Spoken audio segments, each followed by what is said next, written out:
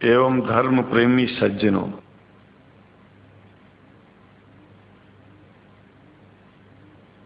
भगवान की जब कृपा होती है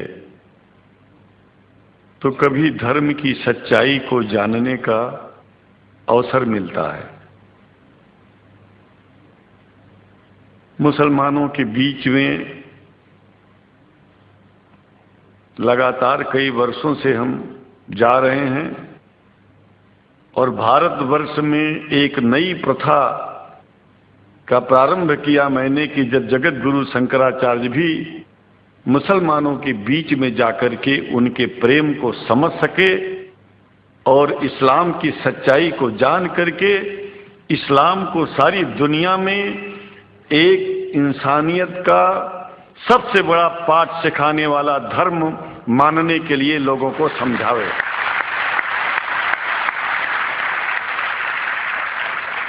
जब लोग इस्लाम को बेदर्द, मुसलमान को बेदर्द, तलवार के जोर पर चलने वाला धर्म बताते हैं तो अगर शायद धरती में कोई दुखी होता होगा तो सबसे ज्यादा दुख मुझको होता है। ये न सच्चाई है और न कभी ये सच्चाई हो सकती है। जिस इस्लाम ने पहला कलमा ही कुरान शरीफ का ये बताता है कि नहीं है इबादत के काबिल सिवाय परमात्मा के और कोई, ला इलाहा इल्लल्लाह मोहम्मद रसूल अल्लाह। भला आप बताइए, वेदों का रस निचोड़ करके मोहम्मद साहब ने परमात्मा की इबादत करके परमात्मा के पैगाम को एक ही कलमे में दे दिया। इससे बड़ा ग्रंथ दुनिया में और क्या हो सकता है? अगर कुरान के पहले कलमे को ही पढ़ करके हिंदू अपने धर्म का पालन करना चाहे तो उससे बड़ा धर्मात्मा शायद कोई नहीं होगा। कुरान को हमने गहराइयों में जा करके तो नहीं अनुभव किया, लेकिन कुरान के मानने वालों के हृदय की गहराइयों में जाके देखा कि अगर इस्लाम को पूरी दुनिया अगर स्वीकार कर ले तो इसमें कोई बुराई नहीं है। इस्लाम परमात्मा के द्वारा बताया गया सिद्धांत है। इस्लाम किसी व्यक्ति का अपना नियम नहीं है, अपना सिद्धांत नहीं है। कुछ लोग भेदभाव पैदा करने के लिए इस धरती पर मुसलमानों को बेदर्द कह देते हैं, इस्लाम को बुरा कह देते हैं। मैं कहता हूं उनसे बुरा इस दुनिया में कोई नहीं है। वो शैतान के बच्चे हैं, खुदा के बच्चे नहीं हैं। क्योंकि जहां तक मेरी अपनी पहुंच है, हमने वेदों को पढ़ा, पुराण को पढ़ा, शास्त्रों को, हिंदू धर्म ग्रंथों को पढ़ा, उसके बाद में मुसलमानों के बीच में जाना शुरू किया। हमने मुसलमानों से हाथ मिलाया तो हमारा विरोध किया गया। ये अंडा खाने वालों से हाथ मिलाते हैं, शंकराचार्य कहते हैं। अरे हमने कहा कि तुम्हारी समझ में नहीं आ रहा है। वो 5 बार इबादत कर लेते हैं खुदा की, तुम घास खाते हो और एक बार भी इबादत नहीं करते हो, तो तुमसे बड़ा अधर्मी दुनिया में कौन है? तुम अपने अधर्म को देखो। किसी के पवित्रता के सिद्धांतों का विरोध करना पहला अधर्म है। आप क्या खाते हैं, कैसे रहते हैं, अगर हमें आप दुखी नहीं करते हैं तो आपसे बड़ा इंसान दुनिया में कोई नहीं है। हम घास खाएं और आपके दिल को चोट पहुंचाएं तो हमसे बड़ा अधर्मी कोई नहीं है दुनिया में। कहने का तात्पर्य सिर्फ एक है कि मैंने ये अनुभव किया है कि ये मैं एक बात जो मैंने देखा है, आप लोगों से जो प्रेम मुझे मिलता है, लोग पूछते हैं कि आप मुसलमानों में क्यों जाते हो, आप तो शंकराचार्य हो।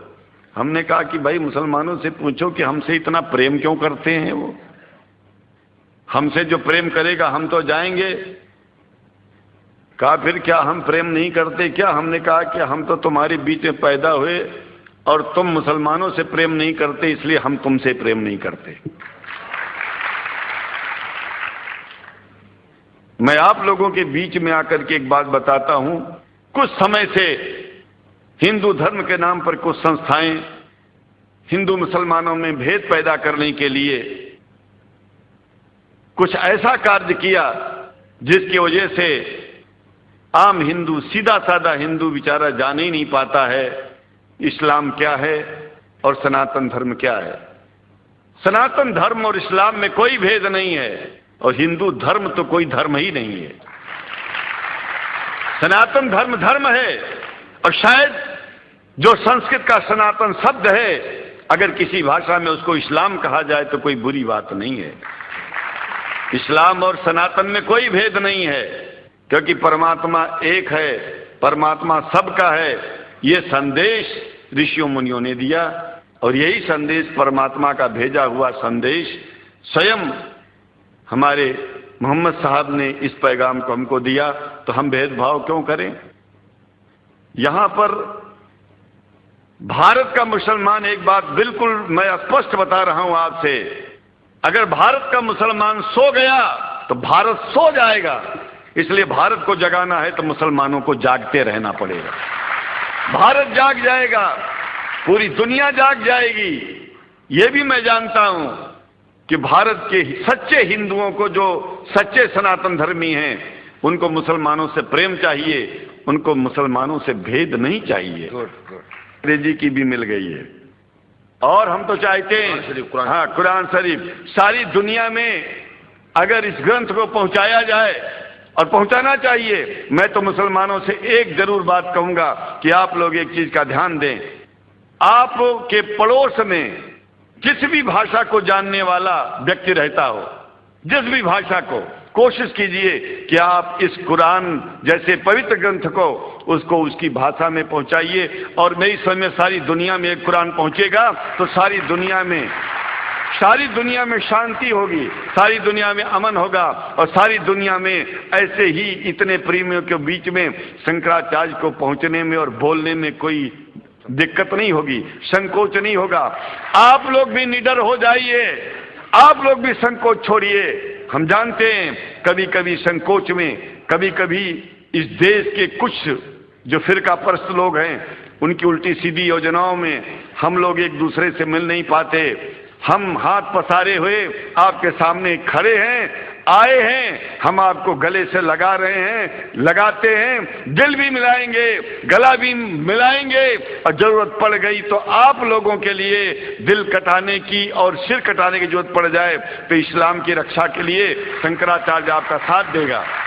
क्योंकि शंकराचार्य जानते हैं इस्लाम धोखा नहीं है, शंकराचार्य जानते हैं इस्लाम बर्बादी का रास्ता नहीं है। शंकराचार्य को पता है कि जो वेद में लिखा है वही कुरान में लिखा है, इसलिए हमारा धर्म नहीं छूटेगा, हमारा धर्म और आगे बढ़ेगा। अगर हम मुसलमानों को अपना सगा मानते हैं तो मुसलमान परमात्मा का बनाया है, आदमी का नहीं। हिंदू जो अपने को कहते हैं वो भी जान लें कि वो परमात्मा के बनाए हैं, तो मुसलमानों से भेदभाव करना बंद कर दें और हमारी तरह सबसे प्रेम करें। डॉक्टर लखनऊ साहब, देखिए मैं अपरिचित था, जानता नहीं था और मैं बड़ा प्रसन्न हूँ कि वो समय निकाले और यहाँ आए। उनको तो मैं धन्यवाद क्या दूं, मैं तो ये चाहूंगा कि परमात्मा उनको शक्ति दे कि हम लोगों को सबको ऐसे ही सुंदर दिव्य बड़ी सभाओं में संबोधित करते हुए और हम लोगों के ऊपर वो स्वयं कृपा बनाए रखें और हम उनके साथ रहेंगे, जहां भी जरूरत होगी सदा जीवन में उनका साथ देते रहेंगे। इन्हीं शब्दों के साथ जीवन में अब जब भी याद करेंगे, जब तक मेरा शरीर है हम आपकी सभाओं में आते रहेंगे। ओम शांति शांति शांति।